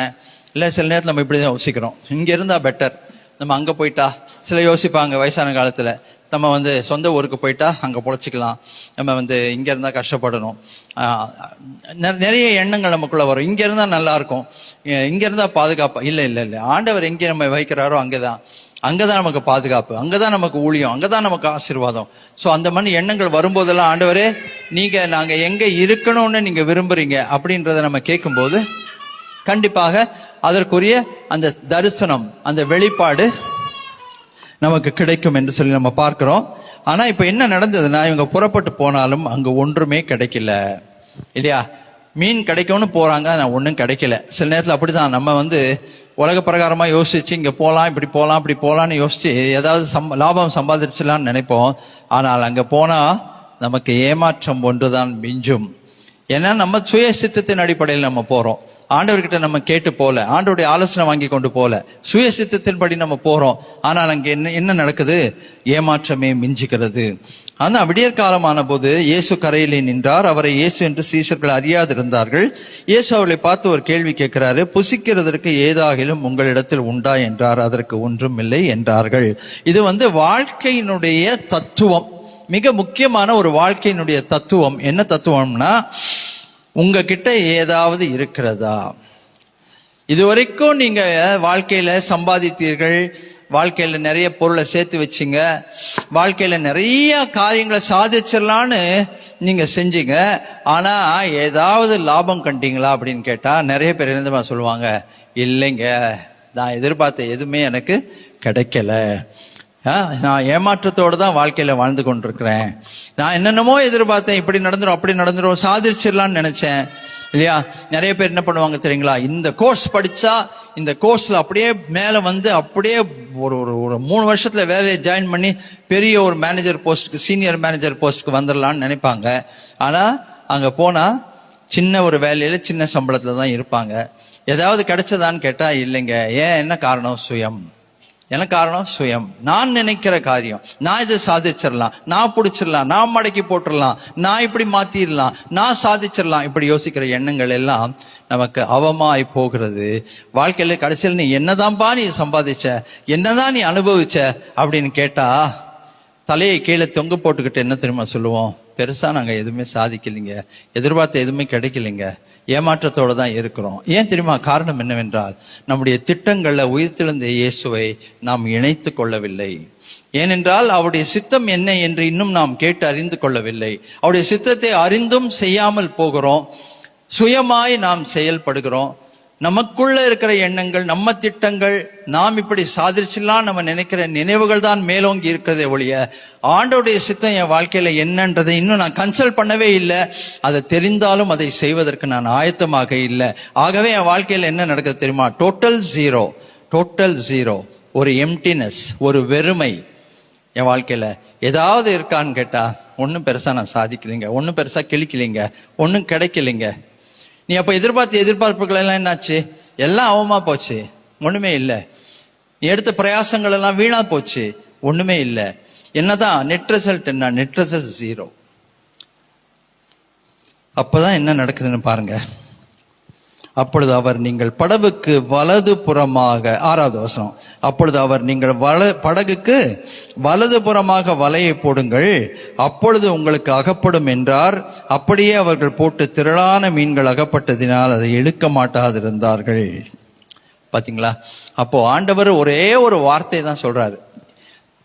அந்த வெறுமையிலும் கூட ஆண்டவர் சொல்கிற அந்த ஒரு வார்த்தைக்கு கீழ்ப்படிந்து அவர்கள் புறப்பட்டு போகிறார்கள். சீமோன் பேதுரு ஆண்டவர்கிட்ட என்ன கேள்வி கேட்டிருக்கலாம் தெரியுமா? ஆண்டவரே, நீங்க ஒரு carpenter, after all you are a carpenter. நீங்க ஒரு தச்சனுடைய மகன், தச்ச வேலை உங்களுக்கு தெரியும். நான் பிறந்ததுல இருந்து என்னுடைய தலைமுறையா நாங்க மீனவர்கள், எனக்கு கடலை பத்தி தெரியும். இப்பதான் நான் உள்ள போய் போட்டுட்டு வந்திருக்கேன், ஒண்ணுமே கிடைக்கல. நீங்க சொல்றீங்க போய் போடுன்னு, நான் எந்த நம்பிக்கையோட நான் போக முடியும் அப்படின்னு கேட்டிருக்கலாம். ஆனா அவர் கேட்கல. ஆண்டவருடைய வார்த்தையை நம்பி திரும்ப உள்ள போனாங்க. அவர் சொன்னது போல படகுக்கு வலது புறமாக வலையை போட்டாங்க. திரளான மீன்கள் கிடைத்தது. அல்லேலூயா. அதுதான் ஆண்டவருடைய வார்த்தையை கேட்டு நடக்கும்போது நமக்கு கிடைக்கிற ஆசீர்வாதமும் நிறைவும். ஆனா என்ன நடக்குது பாருங்க. ஆதலால் இயேசுவுக்கு அன்பாயிருந்த சீஷன் பேதுருவை பார்த்து அவர் கர்த்தர் என்று அடையாளம் கண்டு கொண்டான். அவர் கர்த்தர் என்று சீமோன் பேதுரு கேட்டவுடனே தான் வஸ்திரம் இல்லாதவனாய் இருந்தபடினாலே மேற்சட்டையை கட்டிக்கொண்டு கடலிலே குதித்தான். மற்ற சீஷர்கள் கரைக்கு ஏறக்குறைய 200 முழ தூரத்தில் இருந்தபடினால் படவில் இருந்த கொண்டே மீன்கள் உள்ள வலையை இழுத்து கொண்டு வந்தார்கள். அவர்கள் கரையிலே வந்திருந்த போது கரி நெருப்பு போடப்பட்டிருக்கிறதையும் அதன் மேல் மீன் வைத்திருக்கிறதையும் அப்பத்தையும் கண்டார்கள். இயேசு அவர்களை நோக்கி, நீங்கள் இப்பொழுது பிடித்த மீன்களில் சிலவற்றில் கொண்டு வாருங்கள் என்றார். சீமோன் பேதுரு படவில் ஏறி 153 பெரிய மீன்களால் நிறைந்த வலையை கரையில் இழுத்தான். இத்தனை மீன்கள் இருந்தும் வலை கிளியவில்லை. இயேசு அவர்களை நோக்கி, வாருங்கள் போஜனம் பண்ணுங்கள் என்றார். அவர் கர்த்தர் என்று சீஷர்கள் அறிந்திருந்தபடினால் அவர்களில் ஒருவனும் அவர் யார் என்று கேட்க துணியவில்லை. அப்பொழுது இயேசு அப்பத்தையும் மீனையும் எடுத்து அவர்களுக்கு கொடுத்தார் என்று சொல்லி நம்ம பார்க்கிறோம். இப்போ இதுல இருந்து நம்ம என்ன தெரிந்து கொள்கிறோம் என்றால், அவங்க போய் 153 மீன்கள் இருக்கிற அந்த வலையை இழுத்து கொண்டு வந்திருந்தாலும் கூட கரையிலே வந்தபோது கரையில் என்ன இருந்தது? புசிக்கத்தக்கதான அப்பமும் மீனும் இருந்தது. இது ரொம்ப ஆச்சரியமான விஷயம். இவங்க போய் தான் சம்பாதிச்சு வந்து அந்த மீனை கழுவி அதை வீட்டுக்கு கொண்டு போய் அப்புறம் மார்க்கெட்டுக்கு கொண்டு போய் விற்று அந்த பணத்தை வாங்கி கொண்டு வந்து சமைக்கணும். இல்லைன்னா அந்த மீனை வீட்டில் கொண்டு போய் கழுவி சமைத்து சாப்பிடணுன்ற நிலைமையில, அப்படிப்பட்ட ஒரு எதிர்பார்ப்பு இருக்கிற அந்த நேரத்துல ஆண்டவர் என்ன பண்றாருன்னா, உன்னுடைய வருமானத்தினால வருகிற அந்த பணத்தினால தான் நீ பிழைப்பூட்டப்பட வேண்டும் என்கின்ற அவசியம் இல்லை. நான் மனசு வச்சா என்னுடைய அற்புதத்தின் கரத்தினாலே நீ எதிர்பார்ப்பதற்கும் நீ வேண்டிக் கொள்வதற்கும் நீ நினைப்பதற்கும் அதிகமாய் கிரியை செய்கிற வல்லமையின்படி உன்னை போஷிக்க எனக்கு வல்லமை உண்டு என்று சொன்னார். அல்லேலூயா. இதுதான் நம்ம மறந்துடுறோம். நான் சம்பாதிக்கணும், நான் சேர்த்து வைக்கணும், நான் சம்பாதிச்சாதான், நான் சேர்த்து வச்சாதான், நான் இப்படி பண்ணாதான் என் வாழ்க்கை. அதெல்லாம் இல்லைங்க, அதெல்லாம் உண்மை இல்லை. அவர் மனசு வச்சா இமைப்பொழுதிலே நம்மை வாழ்விக்க முடியும். இமைப்பொழுதுல நம்முடைய தேவைகளை நாம் சந்திக்க முடியும். அதனால்தான் எப்ப பார்த்தாலும் நானே என்னுடைய கையின் பிரயாசம், என்னுடைய சம்பாத்தியம், என்னுடைய சொத்து, நான் சேர்த்து வச்சிருக்கிறது, என்னுடைய தரிசனங்கள் என்று யோசிக்காம, ஆண்டவரே உம்மால் ஆகும், உம்மால் ஆகும், உம்மால் ஆகும், உம்மால எல்லாம் கூடும் ஆண்டவரே, என்னை போஷிக்க வழி நடத்த நான் நினைப்பதை விட அதிகமா என்னை ஆசீர்வதித்து உயர்த்துவதற்கு உம்மாலே கூடும் என்று நம்ம கண்டிப்பா நம்ம விசுவாசிக்கணும். அருமையான தேவஜனமே, அப்படி விசுவாசிக்கும் போது காரியங்களை கர்த்தர் வாய்க்க பண்ணுவார். இப்ப எங்க வாழ்க்கையில திருமணமாகி 2வது வருஷம் கரெக்டா பிள்ளை இல்லை, ஊழியத்துக்கு அழைப்பு வந்தது. ஊழியத்துக்கு வரணுன்ற தெளிவான ஆண்டோடைய அழைப்பு. 2 வருஷம் தான் கல்யாணமாகி. அப்பதான் நான் ஒரு பெரிய போஸ்ட்ல உட்கார்ந்துருக்கேன் மெட்ராஸ்ல. அவங்களும் ஒரு ஸ்கூல்ல டீச்சிங். அப்போ ஆண்டோடைய அழைப்பு வருகிறது, ஊழியத்துக்கு வா. ரொம்ப தெளிவா இருக்கு. எப்படிங்க வர முடியும் சொல்லுங்க? இப்பதான் ஒரு போஸ்ட்ல உட்கார்ந்துருக்கோம், இப்பதான் ஒரு செட்டில் ஆகுறோம், இனிமேதான் நிறைய காரியங்களை வாழ்க்கையில எதிர்பார்க்க வேண்டி இருக்கு. ஆனா ஆண்டோடைய அழைப்பு தெளிவா இருக்கு, ஊழியத்துக்கு வா. அது என்ன ஊழியம்? சாதாரணமான ஊழியம் இல்லை, மிஷினரி ஊழியத்துக்கு வா, குஜராத்துக்கு வா, பீகாருக்கு வா, மலை உச்சியில வாழு. அப்பெல்லாம் எலக்ட்ரிசிட்டி கிடையாதுங்க. ஒரு லெட்டர் இங்க இருந்து எழுதுனா அங்க போய் சேர்றதுக்கு 2 மாசம் ஆகும். அங்க ஒரு பதில் போட்டா அங்கிருந்து அந்த பதில் இங்க வர்றதுக்கு 2 மாசம் ஆகும். மிஷினரிகளுடைய சொந்தக்காரெல்லாம் இறந்துட்டாங்கன்னா அவங்க ஒரு தந்தி அடிப்பாங்க பாருங்க, அந்த தந்தி அங்க சேர்றதுக்கு 10 நாள் ஆகும். அதுக்குள்ள இங்க உடம்பு அடக்கம் பண்ணிடுவாங்க. அப்படிப்பட்ட நேரத்தில் ஆண்டவர் அழைத்தார். எல்லாத்தையும் விட்டுட்டு தான் போகணும். இப்ப வாழ்ந்து கொண்டிருக்கிற அந்த ஒரு உயர்வான வாழ்க்கையை விட்டுட்டு, அந்த சம்பளத்தை விட்டுட்டு ஒரு ஏழ்மை வாழ்க்கைக்கு தான் போகணும். வெங்காயம் 6 மாசம் கிடைக்காது, தக்காளி 9 மாசம் கிடைக்காது. அங்க கிடைக்கிற அரிசி, அங்க கிடைக்கிற அந்த ஏதாவது அப்படி வச்சுதான் ஓட்டணும் வாழ்க்கைய. கடினமான ஒரு தீர்மானம். ஆனா ஆண்டோடைய அழைப்பு தெளிவா இருந்தது. எல்லாத்தையும் தூக்கி அடிச்சுட்டு போனோம். கஷ்டப்பட்டோம், உண்மைதான், இல்லைன்னு சொல்லல. கஷ்டப்பட்டோம், நிறைய கஷ்டப்பட்டோம், நிறைய போராடணும். இவ்வளவு கடினமான ஊழியமான்றதை புரிந்து கொண்டோம். மலை உச்சியில வாழணும், ரொம்ப கஷ்டமான காரியம்தான். ஆனா படிப்படியாய் படிப்படியாய் படிப்படியாய் அழைத்தவருடைய வல்லமையை பார்க்க முடிந்தது. படிப்படியா அழைத்தவருடைய உத்தமத்தை பார்க்க முடிந்தது. அவருடைய அற்புதத்தின் கரத்தை பார்க்க முடிந்தது. 5 வருஷம் ஆகும்போது ஒரு பிள்ளையை கொடுத்தாரு. அதுக்கு பிறகு படிப்படியாய் காரியங்களை வாய்க்க பண்ணினார். இதோ இன்னைக்கு இப்படிப்பட்ட ஒரு ஊழியத்தை நடத்துவதற்கும் வாழ்வின் தேவைகளை அற்புதமாய் சந்திப்பதற்கும் உண்மையுள்ளவராய் தான் இருந்திருக்காரு. நாங்க ஊழியத்துக்கு வந்தபோது குடும்பத்தில் இருக்க அத்தனை பேர் எங்களை கைவிட்டுட்டாங்க. உன்னை நம்பி இதானே பொண்ணு கொடுத்தேன்னு என்னுடைய மாமனார் கேட்டாரு. இனி அரிசி பருப்புக்கு நீ என் வாசல்ல தான் நிப்பேன்னு சொன்னாரு. நான் அன்னைக்கே சொன்னேன், இல்ல உங்க வாசல்ல கண்டிப்பா நான் நிக்க மாட்டேன். மேல இருக்கவர் போஷிக்கிறது வல்லமை உள்ளவர், கைவிட மாட்டாரு, நடத்துவாரு. எங்க வீட்டுல ஏமாற்றம், ஏன்டா இப்படி பண்ற, இது அவசரமா இந்த மாதிரி முந்திரி கொட்டத்தனமா பண்றீங்க, தேவையா இது உனக்கு? இன்னும் கல்யாணம் ஆகி 2 வருஷம் தான் ஆச்சு, இன்னும் குழந்தை இல்லை உனக்கு, என்ன தீர்மானம் இது? ஆண்டவர் எப்படி பேசுவார்னு சொன்னாங்க. ஆனா அழைத்தவர் உண்மை உள்ளவர். அல்லேலூயா. இன்றைக்கு எல்லா குடும்பத்திலையும் வச்சு பாத்தீங்கன்னாக்கா கர்த்தர் எங்களுடைய நிலையை ஆசீர்வதித்து வைத்திருக்கிறார். அநேக கண்களுக்கு முன்பாக ஒருத்தர்கிட்ட கையேந்தல, ஒருத்தர்கிட்ட பணம் கேட்கல, ஒருத்தர்கிட்ட பிச்சை எடுக்கல. இன்னைக்கு கர்த்தர் எங்களை ஆசீர்வதித்து உயர்த்தி அநேகருக்கு ஆசீர்வாதத்தின் வாய்க்கால ஊற்றக்கால வைத்திருக்கிறார் இன்னைக்கும். அதற்காக ஆண்டவருக்கு நான் நன்றி சொல்கிறேன். ஏன் இதை சாட்சியா சொல்றேன்னா, ஆண்டவரால் செய்யக்கூடாத அதிசயமான காரியம் ஒன்றுமில்லை. அவருடைய நாமத்தின் நிமித்தம் நீங்கள் இழந்து போகிற ஒரு கலசம் தண்ணீருக்கு கூட பலன் இல்லாமல் போகாது. ஒரு கிளாஸ் தண்ணி கொடுக்குறீங்க, அதுக்கு கூட பலன் இல்லாமல் போகாதுன்னா அப்ப மற்றது எல்லாத்தையும் ஞாபகம் வைத்து செய்வாரா செய்ய மாட்டாரா? செய்வாரு, கண்டிப்பா செய்வாரு. இந்த சபைக்கு நீங்க உண்மையா இருக்கிறீங்க. இந்த சபைக்கு மாதம் தவறாம உங்க காணிக்கைகளை, உங்கள் தசம பாகங்களை கொண்டு வந்து வைக்கிறீர்கள். யாரும் உங்களுக்கு சொல்றது இல்லை, யாரும் உங்ககிட்ட கேட்கறது இல்லை. ஆனா உண்மையா இருக்கீங்க. அந்த உண்மைக்கும் உத்தமத்துக்கும் கண்டிப்பா கர்த்தர் உங்களை ஆசீர்வதிப்பார். உங்களை ஒரு நாளும் குறைவுபடுத்த மாட்டார். உங்க தேவைகளை ஏற்ற காலத்துல ஏற்ற விதத்திலே கர்த்தர் நிறைவேற்றுவார். ஆண்டவருக்கு உண்மையா இருக்கீங்க, ஆண்டோடைய நாமத்தை உச்சரிக்கிறீங்க, டிராக்ட் கொண்டு போய் கொடுக்குறீங்க, எல்லாவற்றையும் அவர் கணக்கு புஸ்தகத்திலே குறித்து வைத்துக் கொள்வார். நீங்க செய்கிற அத்தனை காரியத்தை கணக்கு புஸ்தகத்திலே குறித்து வைத்துக் கொள்வார். மனுஷர் பாராட்டினாலும் சரி, பாராட்டாட்டையும் சரி, மனுஷன் பார்த்தாலும் சரி, பார்க்காட்டையும் சரி, மனுஷன் ஓஹோ வெரி குட்னு சொன்னாலும் சொல்லாட்டியும் அவருடைய கணக்கு புஸ்தகத்திலே எல்லாம் எழுதப்படுகிறது. உன்னதத்திலிருந்து வருகிற அந்த பலனை ஒருவரும் தடை செய்ய முடியாது. ஆமென், அல்லேலூயா. நம்முடைய எல்லா குறைவுகளிலும் நம்மை நிறைவாக்குகிற ஒரு சர்வ வல்லமையுள்ள தேவன் நமக்காக இருக்கிறார். ஆமென். ஒண்ணுமே இல்ல, ராத்திரி ஒண்ணுமே பிடிக்கலன்னு உங்க கையில 153 மீனை கொடுத்தாரு. அதுக்கு பிறகு சரி நம்ம தான் போய் நம்ம வீட்டுல மனைவி கிட்ட கொடுத்து சமைச்சிட்டு வந்து கொடுக்கணும் இவருக்கு சாப்பாடு நினைச்சா, அங்க வந்து பார்த்தா கறி நெருப்பு வைக்கப்பட்டிருக்கு, மேல சட்டி இருக்கு, அதுக்கு மேல அப்பம் இருக்கு, அதுக்கு மேல மீன் இருக்கு. ஆண்டவர் என்ன தெரியுமா சொல்றாரு? உன்னாலே பிழைப்பிக்கப்படுவதற்கு நான் மனிதன் அல்ல. ஆண்டவர் சொல்ற, நான் பசியா இருந்தா கூட உங்ககிட்ட நான் சொல்ல மாட்டேன், நான் தாகமா இருந்தா கூட உங்ககிட்ட சொல்ல மாட்டேன். ஆனா உன் தேவைகள் எல்லாவற்றையும் சந்திப்பதற்கு நான் அண்டசராசிரத்தின் அதிபதியா எப்பொழுதும் இருக்கிறேன். நம்ம தேவைங்களாம் எவ்வளவு பெருசுங்க, பெரிய விஷயமா சொல்லுங்க. இன்னைக்கு ஒருவேளை உங்க தேவை வந்து ஒரு ஒரு சில ஆயிரமா இருக்கலாம். ஒரு ஒரு கடை வைக்கணும்னு நீங்க நினைக்கலாம். ஐயோ 1,00,000 நாங்க எங்கெங்க போவோம், அட்வான்ஸுக்கு வாடகைக்கு நாங்க எங்கெங்க போவோம்னு நீங்க நினைக்கலாம். அந்த 1,00,000 அந்த 10,000 ரூபாங்கிறது ஆண்டவருக்கு ஒரு பெரிய விஷயமே கிடையாது. அண்டசராசிரத்தின் அதிபதிக்கு ஒண்ணுமே கிடையாது. நமக்கு என்ன வேணும் தெரியுங்களா? நமக்கு ஒரு விசுவாசம் வேணும், நமக்கு ஒரு நம்பிக்கை வேணும்.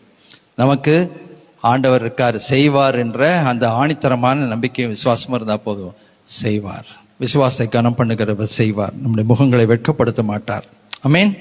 இயேசு வந்து அப்பத்தையும் மீனையும் அவர்களுக்கு கொடுத்து மரித்தோரிலிருந்து உயிரோடு எழுந்த பின்பு சீஷர்களுக்கு அருளின தரிசனங்களில் இது 3வது தரிசனம் என்று சொல்லி நம்ம பார்க்கிறோம். அருமையான தேவஜனமே, இன்றைக்கு உங்களுக்கு என்ன தேவை இருக்கு உங்க வாழ்க்கையில? உங்க சரீர பிரகாரமான தேவையா இருக்கலாம், பண தேவையா இருக்கலாம், பொருள் தேவையா இருக்கலாம். இல்ல சில நேரத்துல நீங்க பாத்தீங்கன்னாக்கா உங்க சொத்துக்களை சிலர் அபகரித்து வச்சிருப்பாங்க, அவங்க கொடுக்க மாட்டேன்னுவாங்க, ஏமாத்துவாங்க உங்களை. புரியுதுங்களா? உங்களுடைய இதை அவங்க தங்களுக்கு சொந்தமாக்கி கொள்ளணும்னு நினைப்பாங்க. இது எல்லா சூழ்நிலைகளிலும் நிறைய பேர் நீங்க சொல்லியிருக்கீங்க, இவங்க வாங்கிட்டு போனாங்க திருப்பி கொடுக்கலைங்க, காசு வாங்கிட்டு போனாங்க திருப்பி கொடுக்கல, இந்த பணம் வாங்கிட்டு போனாங்க, அவசரத்துக்கு கடன் வாங்கிட்டு போனாங்க, நகை அடமானம் வச்சு கொடுத்தேன் திருப்பி கொடுக்கல. இன்றைக்கு நான் உங்களை பார்த்து சொல்லுகிறேன், நீங்கள் இழந்ததை பன்மடங்காக ஆண்டவர் உங்களுக்கு கொடுக்க முடியும். நம்பிக்கை இருந்தா போதுங்க, நம்பிக்கை இருந்தா போதும், நம்பிக்கை இருந்தா போதும். நீங்க ஒரு பக்கம் இழந்திருந்த ஆண்டவர் இன்னொரு பக்கம் உங்களை ஆசீர்வதிக்க முடியும். உங்கள் கரங்களை வலுப்படுத்த முடியும், உங்கள் தேவைகளை கர்த்தர் சந்திக்க முடியும், உங்களை அநேகருக்கு ஆசீர்வாதத்தின் வாய்க்கால ஊற்றுக்கால வைக்க முடியும். நீங்க நினைக்கலாம், ஐயோ கொடுக்கணும்னு நினைக்கிறேன், எனக்கு கொடுக்கறதுக்கு கையில இல்லையேன்னு. ஆனால் கர்த்தர் உங்களை ஆசீர்வதிக்கும் போது நீங்க நினைப்பதற்கும் அதிகமாய் கொடுக்கிறதற்கு உங்கள் கரங்களை கர்த்தர் வலுப்படுத்த முடியும். அல்லேலூயா. கொடுங்கள், அப்பொழுது உங்களுக்கு கொடுக்கப்படும். நிறைய பேருக்கு கொடுக்கிற அனுபவம் வரவே மாட்டேங்குது. வாங்குறதுக்கு ரெடியா இருக்காங்க, கொடுக்கறதுக்கு ரெடியா இல்லை. ஆனா அவங்களுக்கு என்ன நடக்குதுன்னாக்கா இன்னும் நிலைமை மோசமா தான் போகுது. ஆனா கர்த்தருடைய வார்த்தையில ஒரு விஷயம் எனக்கு ரொம்ப ரொம்ப ஆச்சரியமான விஷயம் என்ன தெரியுமா? கொடுங்கள், அப்பொழுது உங்களுக்கு கொடுக்கப்படும். நீங்க கொடுத்தா உங்களுக்கு கண்டிப்பா கொடுக்கப்படும். நம்ம என்ன நினைக்கிறோம்? கொடுத்தா குறைஞ்சு போவோம்னு நினைக்கிறோம். ஆனா கொடுத்தா இன்னும் நிறைய கர்த்தர் கொடுக்கறத நம்ம பார்க்கறது ரொம்ப ஆச்சரியமா இருக்கும். அது எப்படி இது கர்த்தர் நடத்துறாரு? தேவனால் செய்யக்கூடாத அதிசயமான காரியம் ஒன்றுமில்லை. அதனால நாம் ஆண்டோடைய நாமத்துல நாம் சந்தோஷமாக, இல்லையா, விசுவாச குடும்பத்தாருக்கு செய்ய வேண்டிய நன்மைகளை நம்ம செய்யணும். ஏழை எளியவர்களுக்கு செய்ய வேண்டிய நன்மையை நம்ம செய்யணும். நம்ம என்ன நினைச்சுக்கிறோம் தெரியுங்களா? இருக்கு இல்லையா, நான் தாங்க ஏழை, நாங்க இங்க மற்றவங்களுக்கு போய் கொடுக்கறது. இந்த எண்ணம் இருந்தா அந்த நிலைமையிலே இருக்க வேண்டியதுதான், தரமட்டமா இருக்க வேண்டியதுதான். எனக்கும் இன்னொருத்தருக்கு கொடுக்கக்கூடிய கிருபையை தேவன் எனக்கு தந்திருக்கிறார், நான் தருவேன் என்று செஞ்சு மனப்பூர்வமா செய்யும் போது அந்த 2 காசு போட்ட அந்த விதவை ஆண்டவர் எப்படி கனம் பண்ணார் இல்லைங்களா? அந்த அம்மா கையில இருந்ததெல்லாம் போட்டாங்க உள்ள, கவலைப்படல நாளைக்கு என்ன சாப்பிட போறேன்னு நான் போட்டாங்க, அவ்வளவுதான். அதை பார்த்தாரு ஆண்டவர். அவளோட வாழ்க்கையை கர்த்தர் எவ்வளவு ஆசீர்வதித்திருக்கணும் யோசிச்சு பாருங்க, எப்படி அவர் நிறைவாக்கணும் யோசிச்சு பாருங்க. அதனால அருமையான தேவஜனமே,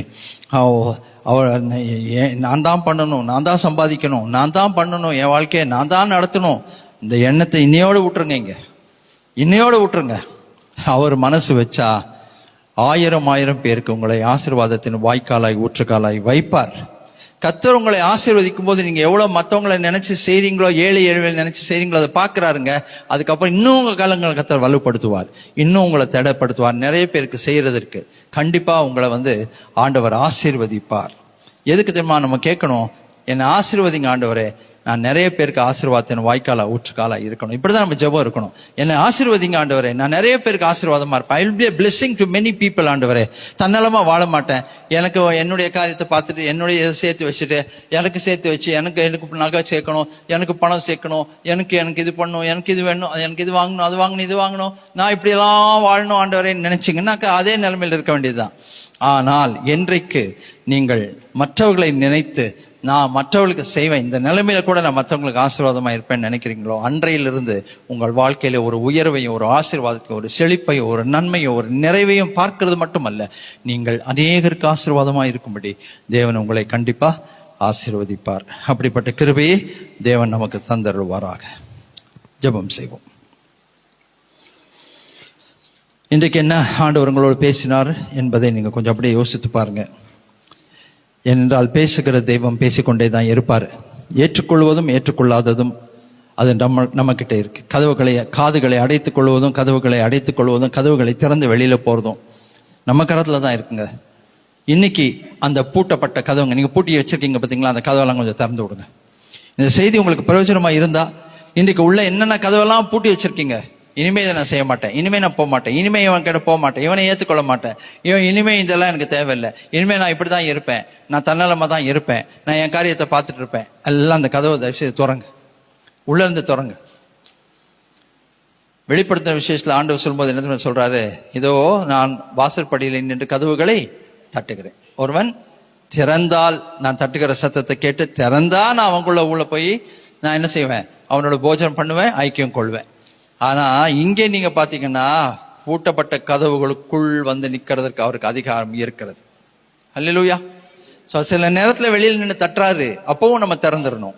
சில நேரத்துல அவர் உள்ள வந்த உடனே அந்த அந்த அந்த உள்ள இருக்கிற அந்த தாழ்பாலை திறந்துருங்க. அருமையான தேவஜனமே, அவருக்கு பழைய ஏற்பாட்டுல ஒரு பேர் இருக்கு, இருப்பு தாழ்பால்களை முறிக்கிற தேவன், வெண்கல கதவுகளை உடைக்கிற தேவன். அல்லேலூயா.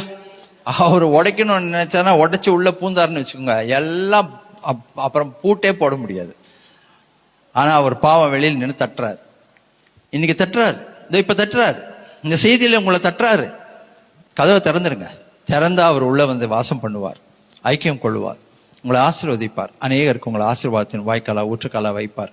ஆண்டவரே, இவ்வளவு வருஷம் நான் தன்னலமா வாழ்ந்துட்டேன், என்னை மன்னிச்சிருங்கன்னு சொல்லி மன்னிப்பு கேளுங்க. நானே என் குடும்பம் என் காரியம் இன்னும் வாழ்ந்துட்டேன், யாரையும் நினைக்கல. நான் இனி மற்றவர்களை நினைக்கிறவர்களா, ஆசீர்வதிக்கிறவங்களா, மற்றவர்களுடைய தேவைகளில் பங்கு கொள்கிறவர்களா இருக்கும்படியா என் கரங்களை வலுப்படுத்துங்க, என்னை பலப்படுத்துங்க. ஆண்டவரே, இவ்வளவு நாள் பூட்டி பூட்டி பூட்டி பூட்டி வாழ்ந்துட்டேன், ஒரு சிறை கைதியாய் வாழ்ந்து விட்டேன், ஒரு கூண்டு பறவையா வாழ்ந்துட்டேன். ஆனா இன்னைக்கு நான் கதவை திறக்கிறேன் ஆண்டவரே, நான் வெளியில வரேன் ஆண்டவரே, நான் வெளியில வரேன், என்னை எடுத்து பயன்படுத்துங்க, என்னை பயன்படுத்துங்க. பாடுகள் ஓகே பரவாயில்ல, உபத்திரம் ஓகே பரவாயில்ல, அவமானம் பரவாயில்ல, நிந்த பரவாயில்ல, ஏமாற்றங்கள் பரவாயில்ல, நான் ஏத்துக்கிறேன். நீங்க ஏத்துக்கலையா? நான் ஏத்துக்கிறேன். ஆனா நான் உங்களுடைய ஊழியக்காரனா இருக்க விரும்புகிறேன், ஊழியக்காரியா இருக்க விரும்புகிறேன். கிருபை பாராட்டுங்கன்னு சொல்லுங்க. ஜெபம் பண்ணலாமா? உங்கள் தீர்மானத்தோடு கூட நாம் ஜெபம் செய்வோம். அப்படியே ஜெபம் பண்ணுவோம். அர்ப்பணா வந்து இந்த செய்தியின் அடிப்படையில் என் அனைவரையும் ஒப்பு கொடுத்து ஜெபிக்கும்படி கேட்டேன். ஜெபம் செய்வோம். நன்றி தகப்பனே, நன்றி பிதாவே. நீ நல்லவர், வல்லவர், போதுமானவர். நீர் எங்களை மட்டுமாய் வழி நடத்தி வந்ததற்கு நாங்கள் எம்மாத்திரம் தகப்பனே. எங்களை ஆண்டவரே நீர் தெரிந்து கொண்டு எங்களை பெயர் சொல்லி அழைத்து ஆண்டவரே எங்களை கர்த்தருக்கென்று கிறிஸ்துவுக்குள் முத்திரை செய்து ஆண்டவரே எங்களை வழிநடத்தி வந்திருக்கிறீங்களே, பிள்ளைகள் என்று சொல்லி அழைத்து ஆண்டவரே எங்களை உன்னதமான ஆண்டவரே தாபரங்களிலே கொண்டு வந்து விட்டிருக்கிறீங்களே, உங்களுடைய செட்டைகளுக்கு கீழே எங்களுக்கு தஞ்சம் இருக்கிறதே, நன்றி நன்றி நன்றி என்று சொல்லுகிறோம் ராஜா. இவ்வளவு நாளாய் ஆண்டவரே நாங்கள் எங்களுடைய வாழ்க்கைகளிலே ஆண்டவரே எங்களுடைய கவலைகள், எங்களுடைய கண்ணீர்கள், எங்களுடைய வேண்டுதல்கள், எங்களுடைய பிரச்சனைகள், எங்களுடைய விருப்பங்கள் இப்படிதான் ஆண்டவரே நடந்திருக்கிறது. ஆனாலும் ஆண்டவரே எங்களுடைய விருப்பங்களுக்கு படி நீங்க எங்களை ஒப்பு கொடுத்தீங்க ஆண்டவரே. அந்த பாதையில அநேக ஏமாற்றங்கள், துன்பங்கள், தோல்விகள், மன உளைச்சலான நேரங்கள் இருந்தது. ஆனால் இப்பொழுதும் ஆண்டவரே எங்களுடைய வாழ்க்கையில ஆண்டவரே நாங்கள் ஒரு மாற்றத்தை ஆண்டவரே செய்ய விரும்புகிறோம், ஒரு மாற்றத்தை காண விரும்புகிறோம். இதுவரைக்கும் நாங்கள் ஆண்டவரே வாழ்ந்தது ஆண்டவரே எங்களுக்கென்று வாழ்ந்திருந்தாலும் இனி வருகிற நாட்களிலே ஆண்டவரே உம்முடைய சீஷராய் ஆண்டவரே நாங்கள் மறுபடியும் எங்களோட வலைகளுக்கு திரும்பாமல் மறுபடியும் எங்கள் மீன் பிடிக்கிற அனுபவம் அனுபவத்துக்கு திரும்பாம முழுவதுமாய் ஒப்பு கொடுத்து உம்மை பின்பற்றுகிற அனுபவத்துக்கு ஆண்டவரே நாங்கள் வர உதவி செய்யுங்க. ராஜா, எங்களுக்கு முன்பாக செல்கிறீர். நீர் ராஜாவின் ஜெயகம்பீரம் உம்மிடத்தில் இருக்கிறது. ராஜாவின் ஜெயகம்பீரம் உம்முடைய ஜெயகம்பீரம் எங்களுக்குள்ளே வாசமாய் இருக்கிறது. முன்பாக வழிகாட்டி எங்களுக்கு நல்ல மெய்ப்பராய் நீர் நடந்து செல்கிறீர் தகப்பனே. உம்முடைய கோலும் தடியும் எங்களை தேற்றுகிறது ராஜா. அதே போல ராஜா, உம்முடைய ஆண்டவரே வார்த்தை எங்களுக்கு பிழைப்பூட்டுகிறது, எங்களை பிழைப்பூட்டுகிறது ஆண்டவரே. அவ்வளவு மீன்களை பிடித்திருந்தாலும் இப்பொழுது தேவைப்படுகிற உணவு என்னிடத்திலிருந்து தான் வரும் என்று சொல்லி அன்னைக்கு நீங்க காட்டினீங்களே ராஜா பேதுருவுக்கு. ஆண்டவரே, எவ்வளவு 153 மீன்களாய் இருந்தாலும் இப்பொழுது உன் தேவை என்னதென்று நான் அறிந்திருக்கிறேன் அப்படின்னு சொல்லி அந்த அப்பத்தையும் மீனையும் கொடுத்தீரே அப்பா. அப்பா, கஷ்டப்பட்டு அவர்கள் பிடித்த மீனை விட நீர் அவர்களுக்கு ஆயத்தம் பண்ணியிருக்கிற அந்த அப்பம், அந்த மீன் ஆண்டவரே அவர்களுக்கு எவ்வளவு சுவையாய் எவ்வளவு ஆறுதலாய் இருந்திருக்கும் தகப்பனே. அதே போல உம்மை நம்ப எங்களுக்கு உதவி செய்யுங்க. அப்பத்தை கேட்டால் கல்லை கொடுக்காத தகப்பன், மீனை கேட்டால் பாம்பை கொடுக்காத தகப்பன், நல்ல தகப்பனாய் இருக்கிறீரே. உம்மை விசுவாசிக்க நம்ப உதவி செய்யுங்க தகப்பனே. கர்த்தர் தவறு செய்ய மாட்டார் என் வாழ்க்கையில. என் கர்த்தர் தவறு செய்ய மாட்டார். கர்த்தர் என்னுடைய வாழ்க்கையில ஏமாற்றத்தை, தோல்வியை காண செய்ய மாட்டார். அவர் நன்மையானதை தருவார் என்று சொல்லி விசுவாசித்து காலங்கள், சூழ்நிலைகள் எவ்வளவு இருளா இருந்தாலும் பரவாயில்லை, தேவன் ஆயத்தம் பண்ணினவைகள் கண்கள் காணவும் இல்லை, காது கேட்கவும் இல்லை. விசுவாசம் இல்லாமல் கர்த்தரை பிரியப்படுத்த முடியாது என்று சொல்லி, கர்த்தர் ஒருவர் இருக்கிறார் என்றும் அவராலே பலன் கிடைக்கும் என்றும் நாங்கள் விசுவாசிக்க வேண்டும் என்று சொல்லி எங்களுக்கு இனி கற்றுக் கொடுத்ததுக்கு நன்றி நன்றி நன்றி அப்பா. இனி நாங்கள் எதிர்கொண்டு போகும்போது ராஜா, உம்முடைய கரத்தை மட்டும் பார்த்து, உம்முடைய கையை மட்டும் பார்த்து ராஜா, உம்முடைய கையில் இருந்து வருகிற ரட்சிப்பை மட்டும் பார்த்து ஆண்டவரே நாங்கள் முன்னேற உதவி செய்யுங்க. மனிதனின் கையை நம்பினால் ஆண்டவரே அவர்கள் கைவிட்டு விடுவார்கள். நாங்களும் ஆண்டவரே மனிதர்களை அநேக நேரம் கைவிட்டுறோம். ஆனா கர்த்தர் நீர் ஏற்ற தாழ்வுகளிலே ஒரே தேவனாய் இருக்கிறீர். ஹல்லேலூயா. நன்றி நன்றி. ஏற்றத்திலையும் தாழ்விலையும் அப்பா நீர் மாறாதவராய் இருக்கிறீர். உம்மிடத்திலே மாறுதல் இல்லை, வேற்றுமை நிழல் இல்லை. நீர் நல்லவர் என்று சொல்லி நாங்கள் உணர்கிறோம். இனிமே உங்களை பின்பற்ற, உம்முடைய ராஜ்யத்துக்கென்று நாங்கள் காரியங்களை நடப்பிக்க எங்களை நீர் எந்த வழியில நடப்பிக்கிறீர், நடத்தி கொண்டு செல்கிறீர் என்பதை கண்டறிய ஞானத்தை கொடுங்கப்பா. நன்றி நன்றி நன்றி அப்பா. அதே போல நீ விரும்புகிறபடி உனக்கு ஆக கடவுது என்று சொன்னீரே அப்பா. இனி நாங்கள் உம்முடைய சித்தத்தை விரும்ப, உம்முடைய சித்தத்தை ஆண்டவரே செய்ய, உம்முடைய சித்தத்துக்கு ஏற்ற விருப்பத்தை எங்கள் இருதயத்திலே உண்டாக்குங்க. இயேசுவின் நாமத்திலே கேட்டுக்கொள்கிறோம் அன்பின் பரமபிதாவே. ஆமென். எல்லாரும் எழுந்து நின்று தேவ ஆசீர்வாதத்தை பெற்றுக்கொள்வோம். நம்முடைய ஆண்டவராக இயேசு கிறிஸ்துவின் கிருபை, பிதாவின் அன்பு, பரிசுத்தாவியானவருடைய இணைப்பிரியாத அந்யோன்ய ஐக்கியம் நம் அனைவரோடும், குடும்பத்தின் பிள்ளைகள் ஒவ்வொருவரோடும் இன்றும் என்றும் சதா காலங்களிலும் இருக்கவும், மிஷினரி குடும்பத்தோடு இருக்கவும், நமக்கு பிரியமானவர்கள், பெற்றோர்கள், கூட பிறந்தவர்கள் ஒவ்வொருவரோடும், முழு உலகத்திலும் இருக்கிற பரிசுத்தவான்களோடும் இன்றும் என்றும் நிலைத்திருப்பதாக. ஆமென். அல்லேலூயா. God bless you. God bless you.